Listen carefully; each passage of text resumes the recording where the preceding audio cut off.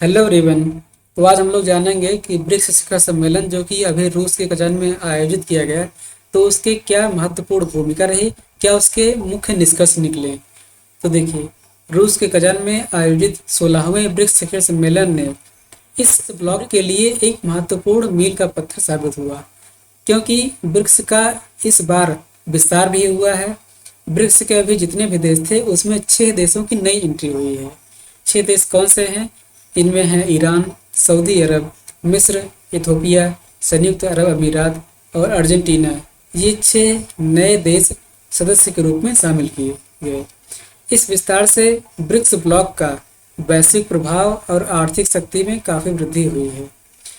इस ब्रिक्स के विस्तारित मेंबर्स को सबको मिला करके अब जो है विश्व की लगभग 41% आबादी इस ब्रिक्स ब्लॉक में है। और इसका जो भी वैश्विक जीडीपी है, तो विश्व की जो भी जीडीपी है उसका यह जो है 24% जीडीपी का प्रतिनिधित्व करती है। आर्थिक संबंधों को यह जो है मजबूत करता है। कैसे? अभी तक क्या होता था कि जो भी इंटरनेशनल ट्रेड होता था, यानी कि अंतर्राष्ट्रीय व्यापार होता था, वह जो है डॉलर में होता था। लेकिन अब क्या होगा कि जो है जो भी ब्रिक्स के मेंबर हैं, जो भी ब्रिक्स की मेंबर कंट्री हैं, वे जो है अपने अपने जो है अपने अपने करेंसी में व्यापार करेंगे। जैसे मान लीजिए कि अगर भारत को रूस से व्यापार करना है, तो भारत जो है कोई सामान अगर मान लो मंगाता है, मतलब कि आयात करता है रूस से, तो वह जो है रुपया देगा और उसके बदले में वह सामान लेगा। और अगर रूस को जो है भारत से कुछ चीज़ अपने कंट्री में मंगाना है, तो वह जो है रूबल देगा भारत को, और जो है सामान को वह अपने देश में आयात कराएगा। इसी प्रकार से जो भी अदर कंट्री हैं, ब्रिक्स की मेंबर कंट्रीज, वे जो है अपनी अपनी करेंसी में जो है अब इस तरीके से इंटरनेशनल ट्रेड कर पाएंगी। और इसको जो है वो लोग और भी ज़्यादा मजबूती प्रदान करने की कोशिश कर रहे हैं, ताकि जो है विश्व स्तर पर जो भी मतलब कि अमेरिकी डॉलर का जो भी प्रतिनिधित्व होता आ रहा है अभी तक इतने सालों से, तो वह जो है कमज़ोर किया जा सके। बेसिकली ब्रिक्स का जो भी गठन किया गया था, उसका मूलभूत लक्ष्य जो है यही था कि जो है पश्चिमी जो भी कंट्रीज हैं उनकी जो भी अर्थव्यवस्था है वो वैश्विक स्तर पर है, और वह जो है अन्य कंट्रीज को जो है अन्य कंट्रीज के ऊपर जो है हावी रहती हैं, उनको जो है कंट्रोल करती हैं।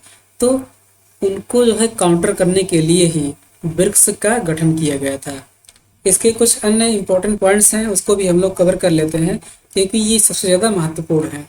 जैसे कि इस शिखर सम्मेलन में जलवायु परिवर्तन एक महत्वपूर्ण मुद्दा है, उस पर जो है चर्चा किया गया। खाद्य सुरक्षा यानी फूड सिक्योरिटी पर बात किया गया, और ऊर्जा सहयोग के मुद्दों पर भी बात किया गया। ऊर्जा सहयोग के मुद्दे जैसे कि रिन्यूएबल एनर्जी रिसोर्स है, तो उन पर भी जो है बात किया गया। तो यह जो भी ब्रिक्स के सदस्य देश हैं उनके बीच संभावित संयुक्त पहलों और परियोजनाओं पर भी चर्चा हुई।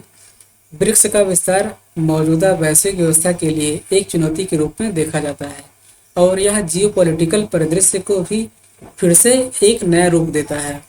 कुल मिलाकर अगर हम ये समझें कि 16वां ब्रिक्स शिखर सम्मेलन ने इस ब्रिक्स ब्लॉक के बढ़ते प्रभाव और वैश्विक मामलों में एक महत्वपूर्ण खिलाड़ी बनने की क्षमता का एक झलक दिखलाया है, एक जो है प्रदर्शन, अपना रूप दिखाया है।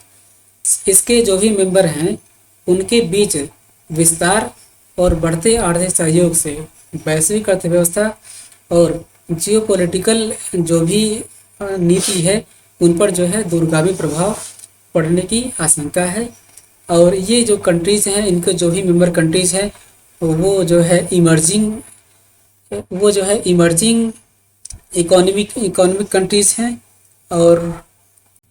और चूंकि ये इमर्जिंग इकोनॉमिक कंट्रीज जो हैं वो अब एक साथ एक मंच पर आ गई हैं, तो जो है अब पश्चिमी देश की जो भी इकोनॉमी है उनको काउंटर करने के लिए इनको काफ़ी ज़्यादा आसान हो जाएगा। तो ब्रिक्स का गठन जब भी किया गया था, तो उसका मेन लक्ष्य यही था कि जो भी पश्चिमी अर्थव्यवस्था है, पश्चिमी देशों की अर्थव्यवस्था है, वो जो है अन्य कंट्रीज़ को कंट्रोल करती हैं, तो उनको जो है काउंटर करने के लिए ही जो है ब्रिक्स का गठन किया गया था। तो आई होप आपको यह जो है ब्रिक्स समिट 2024 जो भी आयोजित किया गया रूस के कजान में, तो उसका एक सार, एक संक्षिप्त जो है पॉइंट्स आपको समझ में आ गए होंगे। तो अगर आपको ये कॉन्सेप्ट, ये चीज़ें अच्छी लगी हों तो प्लीज़